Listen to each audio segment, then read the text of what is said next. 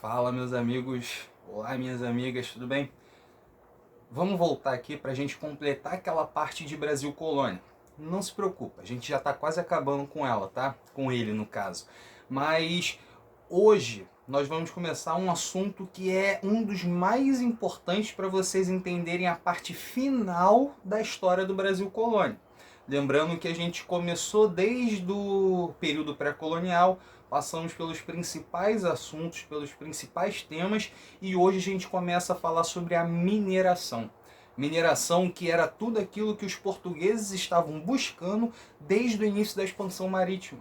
Você lembra com certeza que dentro do sistema econômico europeu dos estados absolutistas daquele período, que era o mercantilismo, o metalismo, que era a grande, a extrema valorização e importância dos metais preciosos como sinônimo de riqueza para esses estados, era uma das principais características.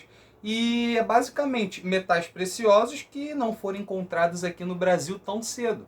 E, em compensação, os espanhóis, desde o iniciozinho da sua expansão marítima em direção ao oeste para chegar ao leste, que acabaram dando de cara nas Américas, desde aquele período os espanhóis já conseguiram ter muito mais facilidade de acesso ao ouro e à prata. Tanto que a gente falou sobre uma tal revolução dos preços, que foi a inundação de metais preciosos vindos das colônias espanholas que aumentaram a inflação na Europa. Então, a Espanha, o grande rival português no início desse período, já achou ouro e prata. E Portugal achou o quê? Achou gente pelada na praia. Achou gente pelada na praia e gente que estava salvando os marinheiros moribundos das caravelas portuguesas. Claro, aqueles que já estavam quase morrendo, né? Então, só um minutinho. Isso é muito bom.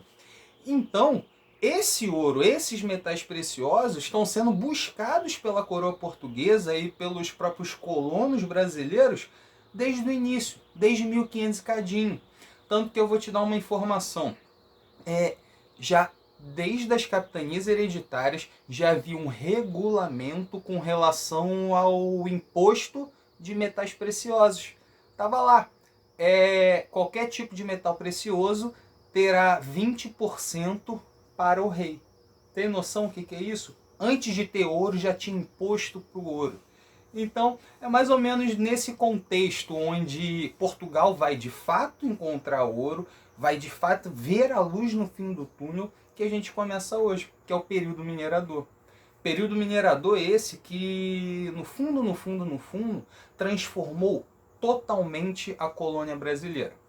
A forma que o Brasil foi se moldando, especialmente na região sul e sudeste, que começou a ganhar mais foco, em contrapartida, em oposição ao norte e nordeste, que o foco foi no iniciozinho da colonização, esse sul e sudeste ele vai acabar se moldando cada vez mais com uma vida mais urbana, mais comercial e, de certa forma, socialmente também vai mudar. Várias camadas entre os chefes, os patrões e os escravos vão surgir. Os trabalhadores livres das mais variadas formas, pessoas que nem são trabalhadoras, mas são livres, começam a surgir dentro desse cenário mais urbano, especificamente em Minas Gerais. Mas afirmar que o centro-sul, ele começa a ganhar uma forma mais urbana, não significa que eu afirmei que a produção açucareira no norte, no nordeste deixou de existir, e muito menos significa que a produção agrícola da região centro-sul deixou de existir. Não. Mas a mineração ela começa a levar essas transformações. Mais um minutinho. Delícia. Mas vamos pensar do iniciozinho? Porque na aula sobre os bandeirantes, foi a última aula se eu não me engano, a gente estava trabalhando sobre aquele tema da expansão das fronteiras do Tratado de Tordesilhas, a formação territorial brasileira.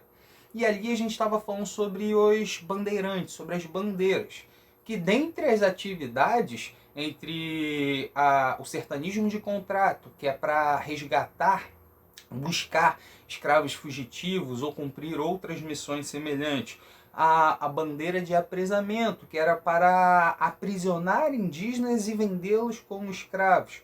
Depois de um determinado momento, quando isso se enfraqueceu, vieram as bandeiras de prospecção. E foi justamente, segundo a história, dizem as más línguas, né? Foi justamente um bandeirante, um moço chamado Borba Gato, que consegue descobrir na região de Minas Gerais a primeira pepitinha de ouro. É isso mesmo. Pepitinha de ouro é o ouro de aluvião. Esses caras eles tiveram uma certa facilidade para achar o ouro quando encontraram aquela região, basicamente porque o ouro ele estava no leito dos rios. Era um ouro que você poderia misturar no cascalho, com a peneirinha, ou se você tivesse sorte lá no iniciozinho, era só botar a cara na água e viu brilhando, blim blim, pegou pepitinha de ouro. Às vezes pequititinha, quase em pozinho, às vezes uma pepitinha maior. Então, quando os bandeirantes, o Borba Gato e as suas bandeiras, por exemplo, encontraram esse primeiro exemplar de ouro, você acha que a notícia vai correr rápido ou você acha que a notícia vai correr devagar? É ouro! E nem se ele quisesse esconder a notícia de que ele achou ouro, ele conseguiria. Porque o maluco ele saiu do litoral, foi ao interior. E quando volta para o litoral ele está com ouro. Ele achou o ouro onde? Ele fabricou? Foi Deus que botou na mão dele? Não. Então a notícia ela vai correr muito rápido, dentro e fora do Brasil. Claro, dentro das limitações de transporte e de comunicação. Mas a notícia ela vai correr tão rápido, que nas primeiras décadas, só para marcar, o ouro foi descoberto mais ou menos em 1694, 1695, finalzinho do século 17, tá? Então, nas primeiras décadas, em Portugal, vão sair de entre 600 e 800 mil pessoas vindo para Minas Gerais, onde vai ser Minas Gerais. Você tem noção do que é isso? 600 a 800 mil pessoas. Faz uma pesquisa aí para você ver qual era a população portuguesa naquele período, 1700. Eu falei a população portuguesa no período de 1400, 1500, lá no iniciozinho desses vídeos, eu afirmei que a população era de cerca de 1 milhão de habitantes. A gente está há cento e poucos anos depois e 800 mil pessoas saíram de lá vindo atrás do ouro. Essa é a febre do ouro. Em todos os lugares onde se descobriram enormes minas de ouro, houve a febre do ouro. Houve a febre do ouro na África do Sul, houve a febre do ouro na Califórnia, houve a febre do ouro na Serra Pelada. Já viram? Assista Os Trapalhões na Serra Pelada. Assista. É a dica de filme de hoje. E teve a febre de ouro de Minas Gerais. Mas só português foi para lá? Não. Muita gente da Europa e de outros lugares foram para Minas Gerais. Internamente, a galera que estava no Nordeste, muitos venderam tudo. Foram só com seus escravos, ou às vezes aquele que não tinha escravo vendeu literalmente tudo e pegou o caminho do Rio São Francisco, que eu falei sobre ele, que liga o interior do Brasil, nascendo em Minas Gerais, até o Oceano Atlântico lá no Nordeste. As pessoas usaram esse caminho e foram à região mineradora. Então o fluxo migratório é uma das principais consequências dessa descoberta do ouro. Sendo que esse fluxo migratório ele vai acabar gerando conflitos. Conflitos com os bandeirantes. Os bandeirantes paulistas eles vão inclusive insistir batendo nessa tecla para o rei, para o governo português, dizendo que eu, bandeirante, achei o ouro, logo eu, bandeirante, tenho o direito de explorar esse ouro. É como se eles falassem assim, ó, já que eu achei o ouro, só nós, bandeirantes paulistas, teremos direito de explorar o ouro.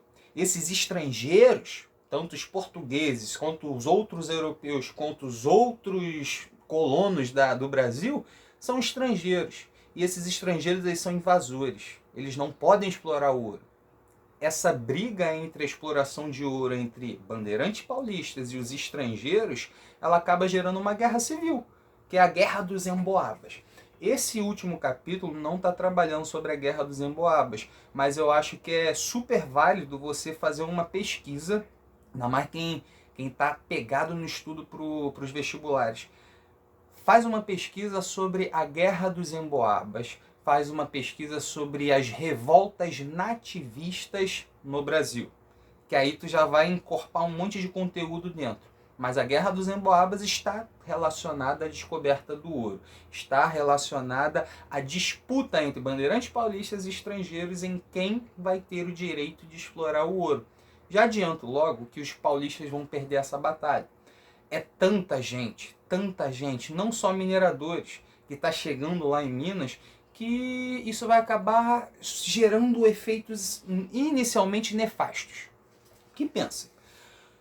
Com exceção das comunidades indígenas, que são milhares naquela região, não havia nenhuma vila, não havia nenhuma cidade, não havia nada semelhante na região mineradora. No iniciozinho, foram nas cidades onde hoje são Mariana, Ouro Preto, Caeté, Sabará, cidadezinhas, São João del Rei, são cidadezinhas que, com nomes atuais, que começaram a descobrir o ouro, tá? Não existia nada disso, mas as pessoas estão chegando aos milhares. No iniciozinho, isso vai gerar um surto de fome tão bizarro que tem relatos de pessoas que estavam cheios de pepita de ouro no bolso, mas que eles estavam fazendo de tudo para conseguir comida, que eles teriam coragem de trocar um pedacinho de ouro por um pedaço de aipim, de mandioca. Mandioca não é sacanagem não, é mandioca porque é alimento base, alimento comido pelos indígenas, e os colonos começaram a perceber como aquilo era bom pra caramba, aquilo sustentava. Então a mandioca era um alimento comum. A gente sabe que na história ninguém come, ninguém bebe praticamente, né? Então já estou dizendo aqui um tipo de prato típico do Brasil, que está aqui até hoje, graças a Deus, aipimzinho frito, ó, show de bola. Mas volta, que a gente está falando sobre a fome no início da mineração. Tem relatos de pessoas que, além de querer trocar ouro por comida, de gente que cozinhou, fez uma sopa do seu cinto, de sua bota e de seu colete. São todos feitos de couro. As pessoas chegaram a um nível de desespero tão gigantesco que eles simplesmente comeram cinto, bota e colete porque era de couro. Isso já dá para ver um parâmetro de como que essa febre de ouro ela foi tão intensa que fez com que aquela região que é natureza, não está preparada nem um pouco para essa vida de milhares de pessoas acumuladas juntas. As doenças vão começar a se espalhar. Tem gente que vai pegar o ouro com aquele sonho do Eldorado e volta sem um puto no bolso. Ele simplesmente desiste, a fome dá o desespero nas pessoas. Então é essa a situação inicial. Sendo que as primeiras vilas vão ser formadas. As primeiras vilas vão ser formadas onde tem os principais núcleos de garimpeiros. Mas até aí eu estou falando das pessoas, gente como a gente. Mas e a coroa portuguesa? A coroa portuguesa ela vai perceber como que eles chegaram na luz no fim do túnel. E vai perceber como que eles não podem deixar o negócio ficar correndo solto. Pô, é ouro. Tem gente pra caramba. Tanto que em 1700 e cadinho, a coroa portuguesa faz um regulamento para Portugal dizendo assim, a partir de agora, o português que quiser ir para Minas Gerais terá que ter um documento comprovando a sua real necessidade. Falou assim, ó, ninguém mais vai sair daqui de Portugal para ir para Minas Gerais. Então a coroa portuguesa já começa a tentar regular a vida em Minas Gerais. No Brasil, em Minas Gerais, a coroa portuguesa, ela para cobrar impostos, já levando em conta que já tinha um imposto desde antes de encontrar o ouro, tá? Ela vai criar um mecanismo chamado Intendência das Minas. Você pode entender essa Intendência das Minas como uma espécie de prefeitura das regiões mineradoras. Em qualquer lugar na colônia brasileira onde fosse encontrado ouro, teria Intendência das Minas. E no caso de Minas Gerais, era ela que fazia a administração, a regulamentação da região. Mas, vamos pensar nessa regulamentação? Eles puderam nomear guardas-mores, ouvidor-mor. Lembra? Guarda, ouvidor. Vou repetir não, faz a pesquisa aí. Eles começaram a fazer a distribuição das datas. A distribuição das datas não é nada mais, nada menos do que a distribuição de terras mineráveis. Aí você pensa, quem vai receber as maiores e quem vai receber as menores terras de mineração? Obviamente, vai receber as maiores terras quem tem mais condições de extrair mais ouro, ou seja, aqueles que têm mais escravos. E eu dou mais uma informação. Dentro do período da mineração, houve um boom do tráfico de escravos, inclusive, especialmente no Rio de Janeiro, em direção a Minas. Beleza? Então, volta para as datas. Há essa distribuição de terras. E quem é que recebe as terras menores? São os tais faiscadores. Os faiscadores são pessoas individuais que estão lá indo e recebem o direito de explorar um pedaço do rio para pegar o ouro. Há a diferença entre faísca, ou os faiscadores, e as lavras. As lavras são a exploração de ouro em larga escala. As faíscas, os faiscadores, são a exploração de ouro em pequena escala. Então tem essa diferença. Você já percebe então que quem é que tem mais privilégio dentro da extração de ouro? O rico. Que o rico está ganhando as maiores datas. Mas sobre os impostos, tu tem que botar no teu coração que ninguém gosta de pagar imposto. Em nenhum lugar. Tanto que você estuda a história. Estuda a história profundamente. Estuda a maior parte dos lugares da história. Onde teve revolta era por causa de preço das coisas ou impostos. A cobrança de imposto sempre gerou a revolta da população em todos os períodos. Não importa se foi em 1200, 1100 ou se foi 2010. Não importa. Cobrança de imposto feita pelo Estado, ela acaba em muitas situações sendo extremamente injusta, desigual e opressora. E para aquelas pessoas que estavam em Minas Gerais, que começam a fazer essa exploração de ouro, o quinto, que já estava estabelecido, já não era uma boa opção. Porque o quinto, regrinha matemática, tá? Vamos ver quem está sagaz. É o quinto. Se você tem 10 quilos de ouro, você tem que pagar 20%, que é um quinto, que é, 2 quilinhos. Você teria que pegar 2 quilos de ouro e pagar imposto para a coroa portuguesa. Sendo que você vai pagar? Hoje em dia, as pessoas que são obrigadas a pagar o tal imposto de renda, todos eles são exatamente honestos na hora do pagamento? Não, há sonegação. A galera dá uma fingida, né? Tipo, não ganho isso não, ganho só isso. Aí o resto bota aqui no bolso. O quinto foi a mesma coisa. Tu acha que as pessoas que saíram do outro lado do mundo, que saíram do outro lado do Brasil, que estão passando fome, estão passando um perrengue do caramba para pegar ouro, acha justo pagar esse imposto? Não. Por isso que o contrabando rola solto. O contrabando rola tão solto que existem histórias de donos de lavras, consequentemente donos de muitos escravos, que treinavam os escravos mais novos para engolirem pedras. Aí bota, abre a boca, aí bota um feijãozinho só para treinar. Vai, pá, engole. Aí abre 2 feijãozinhos, pá, engole. 5 feijãozinhos, tudo ao mesmo tempo, engole. Engole essa pedra, pá. Isso tudo é para treinar a goela da garganta do moleque, para o moleque ele conseguir esconder o ouro achado e depois botar para fora. Mas tem que dar uma lavadinha, né? Não foi só o patrão que tentou achar meios de burlar o pagamento do imposto. Inclusive, os próprios escravos e os faiscadores, eles achavam meios de fazer esse contrabando do ouro. Você botava o ouro na cabeça, lá dentro do rio, você botava o ouro preso no dedo do pé, assim, você botava o ouro em orifícios inescrupulosos para guardar esse ouro. Você fazia de tudo possível para você não pagar esse ouro. Para os escravos, era uma oportunidade ímpar de um dia comprar a liberdade. Para os faiscadores, é uma oportunidade de você ter mais dinheiro. E para os lavradores, que são os grandões lá, obviamente mais dinheiro. Aí surge também a história do Santo do Pauoco. Muitos de vocês são santinhos do Pauoco. Em casa, Santo Pauoco. Na escola, taco terror, né? Bando sem vergonha. O Santo Pauoco eram santinhos de madeiras com um buraquinho embaixo, onde a galera socava de ouro lá dentro e tapava o buraco. Aí, pô, tu passava assim nas vilas que foram sendo fundadas aos poucos, nessa história que eu tô contando, as vilas foram fundadas, tá? Ninguém tá vivendo já naquela bosta que tava rolando, não. Tá tudo se moldando de uma forma mais parecida com uma cidade.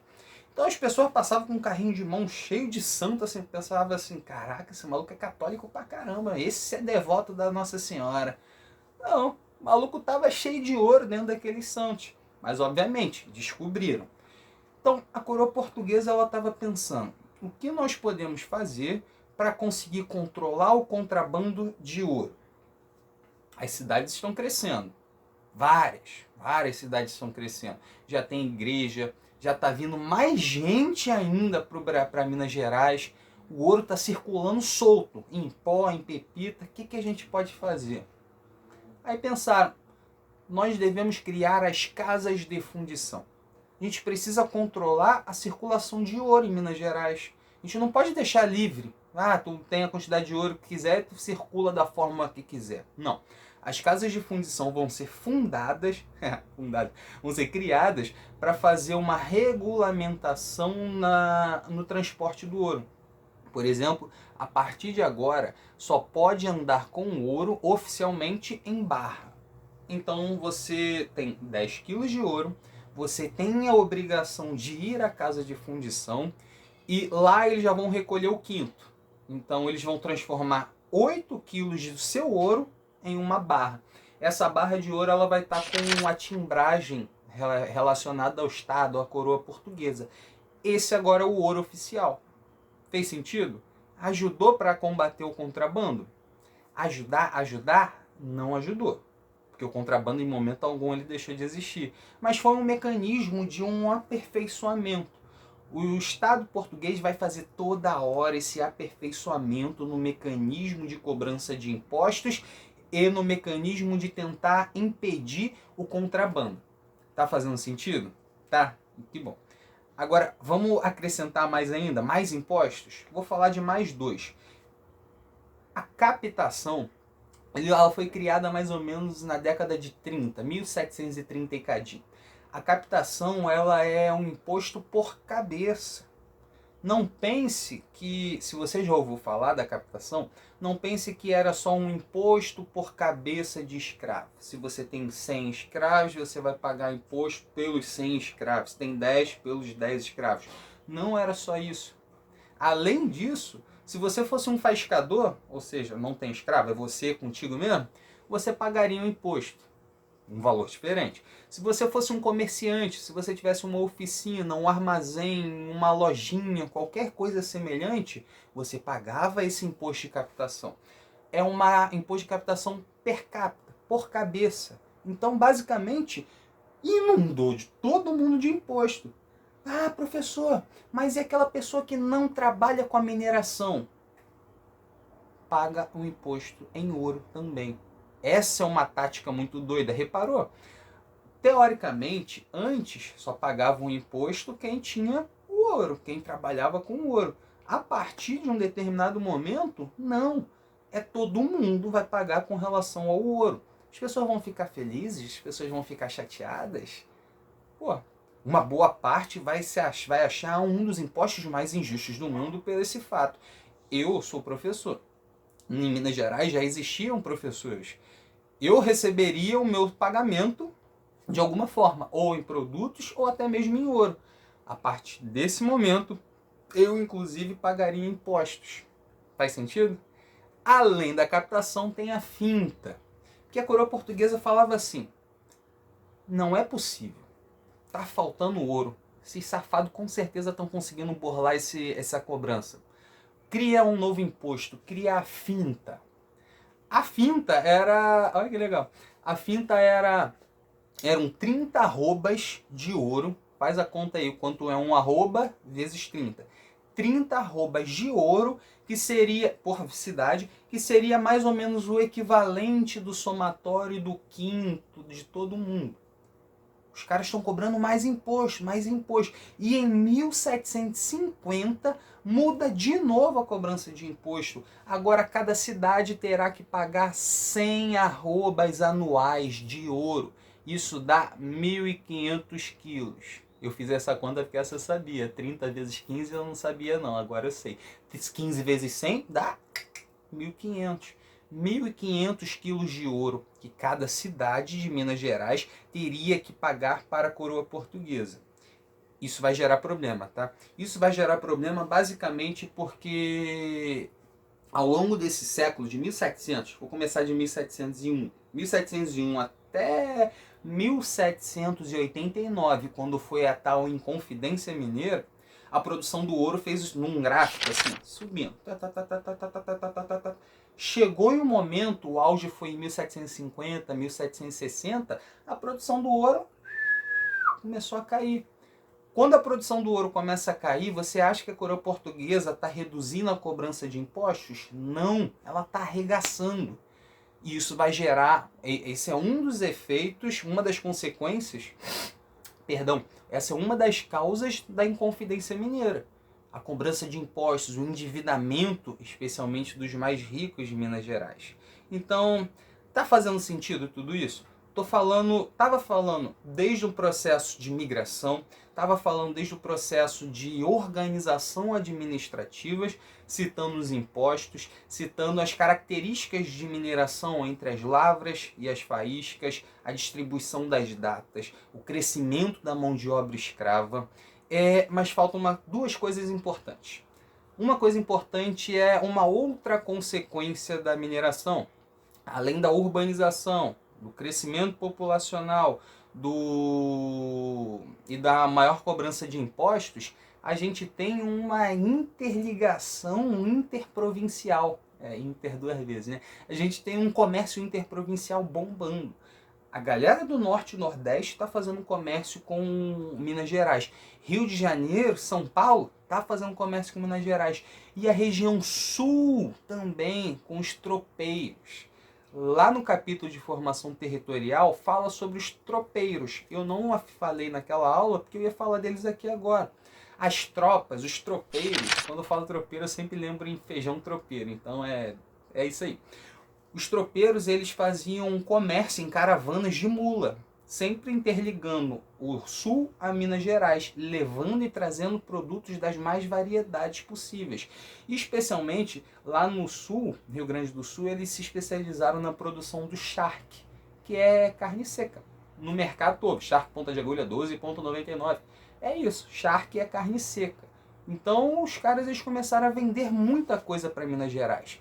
E esses motivos explicam como que se transformou numa sociedade urbanizada, como se transformou numa sociedade com vários tipos de pessoas, além de escravos e patrões. Tanto que as artes foram trabalhadas nessas cidades. Quem já foi às cidades históricas de Minas, que são essas que eu citei, sabe que lá tem igreja pra caramba. E você entra nas igrejas, você vê ainda a arte barroca, inspirada no barroco europeu. Lembra do Aleijadinho? Já ouviu falar? O Aleijadinho, um dos artistas, um dos escultores mais sinistros do planeta Terra. O Aleijadinho era brasileiro. Ele trabalhava com isso. A elite, os filhos dos ricos de Minas Gerais que iriam estudar na Europa, na Universidade de Coimbra, por exemplo, eles retornavam com a bagagem da cultura europeia e começaram a desenvolver a literatura. Você em literatura já ouviu falar do arcadismo literário, por exemplo. Então a vida ela está sendo muito maior do que o garimpo. A vida em Minas Gerais ela está sendo uma vida cada vez mais pulsante. Mas professor, você disse que teve a crise na produção de ouro. Disse. Mas não foi a crise da produção do ouro que fez com que toda a riqueza de Minas Gerais ela declinasse. Não, porque já no final do século XVIII, indo para o século XIX, aconteceu um momento impulsionado por fatores externos, aqui no Brasil inteiro, que é o momento do renascimento agrícola. A gente sabe que a cana-de-açúcar entrou em declínio em 1600 e cadinho. A gente sabe disso, por causa dos holandeses e outros fatores. Mas em 1790 e pouco para frente, a maior produtora de açúcar do mundo, que era a colônia de Santo Domingo, hoje Haiti, colônia francesa, entrou numa revolução, que foi a Revolução Haitiana, a primeira e única revolução feita por escravos, homens livres, negros e mulatos. Tem noção do que é isso? Isso vai acabar, escarangar com a produção açucareira do Haiti. Brasil, Minas Gerais, Rio de Janeiro, São Paulo e outras regiões vão ver isso como uma oportunidade.